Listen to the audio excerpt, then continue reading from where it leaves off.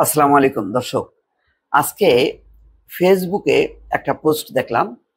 আমারই অনুজ আশরাফুল আলম খোকন আমার ডিপার্টমেন্টের আমার জুনিয়র, কিন্তু দায়িত্ব ছিল অনেক বড়। সেই তুলনায় আমি আবার অনেক ছোট। ডেপুটি প্রেস সেক্রেটারি ছিলেন তিনি শেখ হাসিনার। তো শেখ হাসিনার আমলেই তিনি ডেপুটি প্রেস সেক্রেটারি পদ থেকে সরে যান এবং মার্কিন যুক্তরাষ্ট্রে বসবাস করেন। এখনো সেখানেই আছেন। তো তার একটা মূল্যায়ন আমরা প্রায় বলি যে আওয়ামী লীগের মধ্যে কোনো মূল্যায়ন নেই, কোনো অনুশোচনা নেই। অর্থাৎ এই যে এত বড় একটা ঘটনা ঘটলো, এত মানুষ মারা গেল, সেই অনুশোচনা নেই। তারা যে কোনো রাজনৈতিক ভুল করেছে সেই ভুলের কোনো স্বীকারোক্তি নেই। তো সেই তুলনায় আমি দেখলাম যে আশরাফুল আলম খোকন একটা পোস্ট দিয়েছে, এখানে কিছু সত্য কথা বলেছে। বলেছে যে আজকের যেই পরিণতি আওয়ামী লীগের, তার মূল কারণ হচ্ছে 2018-র যে নির্বাচন, ওটাই ছিল একটা সুযোগ যেখানে সব দলের অংশগ্রহণ ছিল। সেই নির্বাচনটা যদি সুষ্ঠু করতে পারতো তাহলে দলীয় মানে সিস্টেমেও যে একটা ভালো নির্বাচন হয় সেটা একটা উদাহরণ হতে পারত। তিনি অবশ্য বলছেন যে এখানে যে এই নির্বাচনে যদি নিরপেক্ষ হইতো তাহলে আওয়ামী লীগের পতন হইতো না। আওয়ামী লীগ অন্তত 200টা আসন পাইতো, কিন্তু অনেকগুলো আসন বিরোধী দল পাইতো এবং একটা নির্বাচনের গ্রহণযোগ্যতা পাইতো। কিন্তু তার একজন আত্মীয় উপদেষ্টা, আমি ধারণা করি জেনারেল তারেক সিদ্দিকী, তিনি যেহেতু সামরিক উপদেষ্টা ছিলেন শেখ রেহানার দেবর, তার কারণে এবং তার আত্মীয় স্বজনের কারণে এটা সম্ভব হয়নি।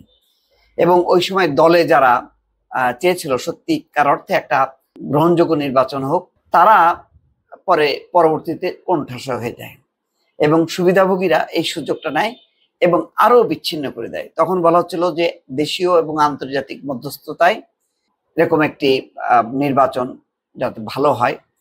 পরবর্তীতে সেই যারা মধ্যস্থতা করেছিল তারা হতাশ হয় এবং যেটা হয়েছে যে ফাইনালি যে 24-এর যে 5ই আগস্টের যে পতন, সেই পতনের ভিত্তিটা তৈরি হয়ে যায় সেই 18-র যে দিন, মানে দিনের ভোট রাতে করার মতো দিয়ে।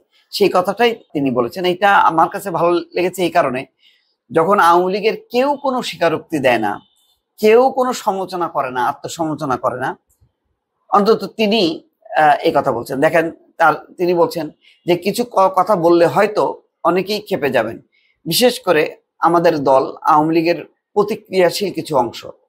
তবে সত্য তো সত্যই থাকে, এড়িয়ে গেলে শুধু ভুল আরো দৃঢ় হয়, বিপদ আরো গভীর হয়। আমরা যে জায়গায় দাঁড়িয়ে আছি তার শেকড় 2018 সালের নির্বাচনে। সেই নির্বাচনে সব দল অংশ নিয়েছিল দেশীয় আন্তর্জাতিক মধ্যস্থতায়। গণভবনের বৈঠক হয়েছিল 2 দফা 3 দফা, সেখানে সব দল এসেছিল মাননীয় প্রধানমন্ত্রীর সদিচ্ছার ভরসায়, মানে আন্তর্জাতিক মধ্যস্থতায়, দেশীয় আন্তর্জাতিক মধ্যস্থতায় গণভবনের বৈঠকে প্রধানমন্ত্রীর সদিচ্ছার উপর ভরসা করে সেই নির্বাচনে সবাই এসেছিল। সত্যি বলতে তখন শেখ হাসিনার চাওয়াটাও ছিল একটি অংশগ্রহণমূলক গ্রহণযোগ্য নির্বাচন। দলীয় সরকারের অধীনেও যে একটি সুষ্ঠু নির্বাচন করা যায় সেই উদাহরণ তিনি সৃষ্টি করতে চেয়েছিলেন। সবকিছু ঠিকঠাক ছিল, কিন্তু দায়িত্বপ্রাপ্ত কিছু ব্যক্তি, বিশেষ করে একজন যার হাতে ছিল সুষ্ঠু নির্বাচনের ভার, তিনি সব নষ্ট করে দিলেন। তার উপর পুরোপুরি আস্থা রাখাই কাল হলো।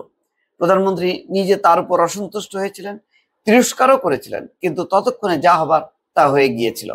আন্তর্জাতিক সম্পর্কের ক্ষেত্রে আওয়ামী লীগ প্রশ্নবিদ্ধ এবং বন্ধুহীন হয়ে পড়ে। ওই সময় দেশি বিদেশি যারা মধ্যস্থতা করেছিলেন তারা মুখ রক্ষা করতে পারেননি।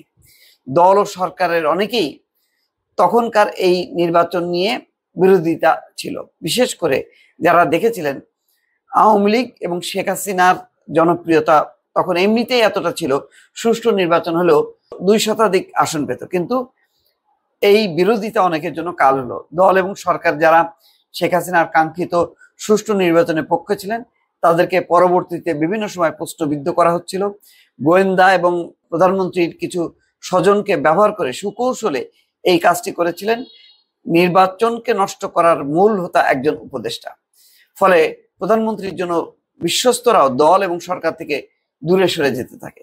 শেখ হাসিনা এবং আওয়ামী লীগকে প্রশ্নবিদ্ধ করার জন্য ওই উপদেষ্টা ব্র্যাকেটে তিনিও প্রধানমন্ত্রীর স্বজন কেন এই বিতর্কিত কাজ করেছিলেন জানি না, তবে সেই কালো ছায়া আজও দল এবং দলের কোটি কোটি নেতা কর্মীকে তাড়া করছে। 2018 সালের সেই ভুলের ভয়াবহ বহিঃপ্রকাশ ঘটেছে 2024 সালের 5ই আগস্ট। সুতরাং 2024-এর ঘটনার প্লট দেশীয় এবং আন্তর্জাতিকভাবে তৈরি হয়েছিল অনেক আগেই, ওই নির্বাচনের পর থেকেই। কোটা আন্দোলনের আগেও করানো হয়েছিল, তখন সফল হয়নি। বিশ্বের করোনা মহামারী না এলে হয়তো 2024 সালের এই ঘটনা 2021-22 সালেও ঘটতে পারত। যাক, একটা বিশ্লেষণ দিয়েছে, সেই বিশ্লেষণের আবার আওয়ামী লীগ সমর্থিতই সাংবাদিক কুদ্দুস আফরাদ, সাংবাদিক নেতা, তিনি বলছেন একটা কথা গুরুত্বপূর্ণ। পোস্টটি পড়লাম, লাইন আপ ঠিক আছে। প্রশ্ন হলো, প্রধানমন্ত্রীর অগোচরেই যদি 18-র গেম হয়ে থাকে, তাহলে রাষ্ট্রপতিকে দিয়ে ওই ফলাফল বাতিল করে ফের নির্বাচন দিলে তো তিনি আরো পপুলার হতেন। ঝুঁকি ছিল, কিন্তু ঝুঁকি তো নিতেই হয়। অর্থাৎ যদি তিনি বুঝতেই পারতেন, তাহলে রাষ্ট্রপতিকে দিয়ে ওই নির্বাচনটা বাতিল করতে পারতেন, কিন্তু করেননি। এখানে ওই খোকরের একটা ওই যে ঘাটতিটা ওইটাই, যে প্রধানমন্ত্রীকে মানে তোয়ামত করছেন, প্রশংসা করছেন যে প্রধানমন্ত্রী মানে একটা বেকায়দায় পড়ছে, কি আর করবে। কিন্তু না, প্রধানমন্ত্রী যদি সিরিয়াস যদি এটা সংকট মনে করতেন যে এটা ঠিক হয়নি, তাহলে তো বাতিল করতে পারতেন, যেটা কুদ্দুস আফরাদ বলছে। আবার অনেকে বলছেন মাত্র বিএনপি এবং এদেরকে দিয়ে 7টা আসন, এটা খুবই ন্যাক্কারজনক হয়েছে। 7টা আসন দিয়ে বাকি সব হচ্ছে 292টা 93টা আসন আওয়ামী লীগের জোটের জাতীয় পার্টি সহ তারা করা। এখানে দেখলাম যে খুব বেশি কমেন্ট পড়েনি। আওয়ামী লীগের যারা একটু ক্ষুব্ধ, যারা একটু বিবেকবান, তারা এটাকে সমর্থন করছে, কিন্তু অধিকাংশই সেই আগে আশরাফুল আলম খোকর পোস্ট দেওয়ার সাথে সাথে যে মানে হাজার হাজার লাইক পড়তো, কমেন্ট হতো, সেই কমেন্ট দাতা এবং লাইক দাতাদের এখন আর খুঁজে পাওয়া যাচ্ছে না। বোঝা যাচ্ছে যে এরা ওই সেই অন্ধত্বের মধ্যে আছে। অর্থাৎ এখন এখানে লাইক দেব, পোস্টে সমর্থন করে বলবো যদি বিপদে পড়ি। এই হচ্ছে আমাদের মানে চরিত্র আর কি, মানব চরিত্র। তো সেটাও দেখলাম যে এখানে অবশ্য লাইক পড়ছে অনেক। আমি দেখতেছি যে এটা 3 দিন আগের পোস্ট, এটা তার মধ্যে 6,000 6,500 লাইক হয়েছে, কিন্তু কমেন্টস মাত্র 41টা। অদ্ভুত ব্যাপার, এত কম কমেন্টস। অর্থাৎ আওয়ামী লীগের যারা ওই গোড়া, তারা হয়তো অধিকাংশই পছন্দ করেনি, যারা একটু বিবেকবান তারা সমর্থন করছে। তো এই হচ্ছে একটা স্বীকারোক্তি অন্তত আসলো কোনো একটা জায়গা থেকে, যদিও কখন সরাসরি আওয়ামী লীগ না করলেও আওয়ামী লীগের বাইরে তিনি, সেটা তো আর মানে বলা যাবে না। সুতরাং অন্তত একটা স্বীকারোক্তি পাওয়া গেল। আমি নিজেও মনে করি 2018 সালের নির্বাচনটা দলীয়, এটা অসম্ভব, নিরপেক্ষ থাকার কথা। তারপরেও কাকতলীয় ভাবে যদি মানে একদম দৃঢ় থাকতো রাজনৈতিক ভাবে যে না, যাহাই হবে আমি একদম নিরপেক্ষ নির্বাচন করব, তাহলে হয়তো আজকের এই যে সত্যিকার অর্থে এই পরিণতিটা ভোগ করতে হতো না আওয়ামী লীগকে। দর্শক ভালো থাকবেন, আল্লাহ হাফেজ।